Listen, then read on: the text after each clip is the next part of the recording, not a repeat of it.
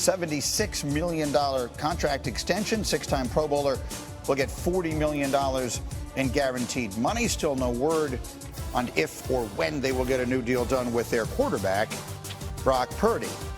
Next up, let's play a game of more or less. Updated win totals after the draft from ESPN Bet.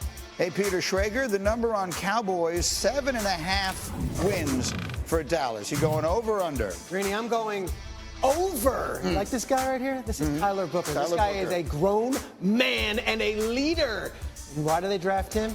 Because they lost Zach Martin and Tyron Smith the last 2 years, and their offensive line has taken a hit. They now have one of the youngest offensive lines. This guy is going to be the leader in the locker room. They also added Miles Sanders. They also got Javon. 5.5 wins for the Giants. You going more or less? I'm going to go more. I think that possibly with a full year of health from Neighbors and Thomas, the offense gets better. And adding Abdul Carter to that defensive line, I think, gives them a real building block to have a really talented and much improved defense. 5, not a lot of wins. They do have a tough schedule, though. But right now, it's still offseason. We can be optimistic. I'm going over. They could have an unbelievable pass rush, right? Like back in the days, and they were NASCAR package, all that stuff. All right, Tim Hasselbeck. The total is just 4.5 wins for the Cleveland Browns. Are you going more or less? Well, more. And Greeny, I think you kind of alluded to it there. Like, it's just so low. You know, the fact that you look at the Browns a year ago, 4 of their losses were one-score games. So I'm not saying it's going to be more than 5, but I think the total being so low, I do think, you know, they'll have stable quarterback play, you know, for much of the season. I think part of that's how they coach offense. And I think it'll be a good defense, still led by Jim Schwartz. Okay, so Tim, let me start with you here, because obviously the story of the draft was the slide of Shedeur Sanders all the way into the 5th round. And I have not gotten your perspective on it through a quarterback's eyes. I have my own theory on how it turned out for him. But I just want to confirm, there were some people who were not that high on him going into this process. Well, obviously, many people, as it turned out. But is he a 5th-round player to you? I mean, if you were evaluating him and putting a round, a grade on him and say his play deserves to be an X round, what round would you have had it in as an evaluator? Yeah, I think, you know, somewhere between probably rounds 2 and 4 is what I would say. Look, my comp, and I said it on the show prior to the draft, Greeny, was, look, you hope that he could be Andy Dalton. That's what I said prior to the draft. And I said it because of the physical skill set. And listen, it was not an insult. Andy Dalton has had a remarkable year. I think he's in year 17. He's thrown over 250 touchdown passes. But like, that's what I thought. Andy Dalton was a 2nd-round pick. Other people compared him to Kirk Cousins. Kirk Cousins went in the 4th round, I believe. So I just think that, you know, from a physical ability perspective, look, he was not a 1st-round prospect in my eyes, and I think many people felt that way. Now, his tape and production, I think it's fair to say, you know, look, rounds 2 instead of round 4 could make sense for a lot of people. That's my point. Okay, so that confirmed what I believe, that he was probably a 2nd-round caliber player. And let's use Andy Dalton. Domonique, I would suggest that a young Andy Dalton would easily be the starting quarterback on these Cleveland Browns. I look at the room that he's walking into. Joe Flacco, who is 40 years old, he too has had a terrific career, but he's 40 years old. Deshaun Watson is never playing there again.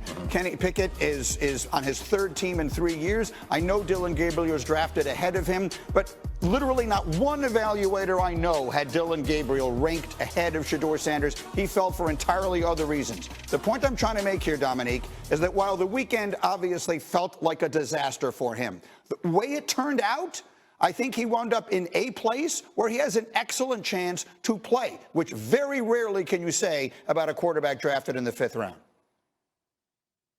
Yeah, I mean, I like the spin that you're putting on it, and I think you're right. He has an excellent chance to play, but you need to play well and play well fast if you're a 5th-round pick, and you're on a team that's probably projected to be near the top of the 1st round again next year. If he does not demonstrate in whatever time he gets in practice and in the games that he is a franchise quarterback, there's no waiting time. There's no investment in him. They're not going to go get all the pieces to put around him to make him play better like we've seen with Caleb Williams Williams and other quarterbacks who are drafted in the first round. If he does not show that he is the franchise quarterback in this season at some point, they're drafting another quarterback in the first round next year. So I think you're right. He has a good chance of getting on the field, but he does not have a long leash or a lot of time to prove that he's the quarterback for this team for years to come. I guess that's true based on the place that he was drafted. But if he had been drafted in the second round, we'd be talking about him right now as the starting quarterback of this team. And he's the same guy, right? He didn't play a football game over the last 3 months. He wasn't drafted in the second round. No, I understand that. That's the thing. It's like, be legendary. Is their starter this year?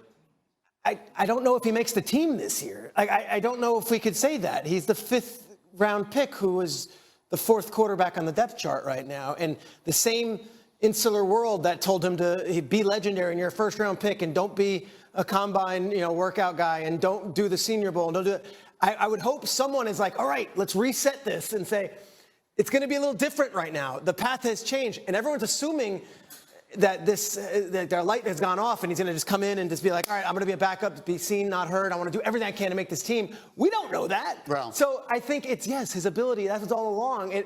It's what's reality. And if he gets to Browns camp and isn't willing to be the first one in, the last one out, and isn't willing to prepare the others like Dylan Gabriel will, we don't even know if he's going to make it for week 1. Tim, I have a moment left. Go ahead, finish it up. What is your expectation? Yeah, well, Peter's exactly right. It's not a lock that he makes the roster, out of camp. Look at 5th round, picks. They don't always make the team right out of camp. But I would say this, Greeny, to your point, if you're a 5th round pick, especially a quarterback, you're looking for any glimmer of hope for an opportunity to have an impact, prove to people that you can play. Any glimmer of hope. And so to your point, the glimmer of hope is this. Joe Flacco hadn't started an entire season since 2017.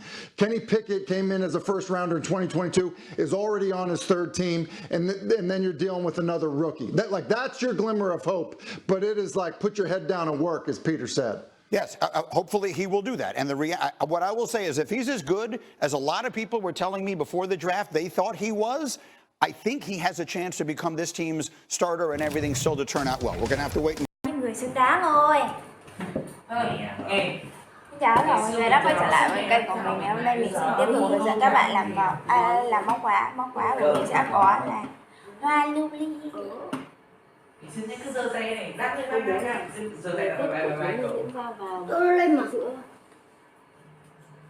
Nhưng mà đây là cô bố. Đây là như vậy không nhìn ra. quay vậy xem nào. Ngày Tết của thiếu nhi diễn ra vào giữa tháng 8 âm lịch. Ôi mà thấy vứt đi. Sao lại cô bố?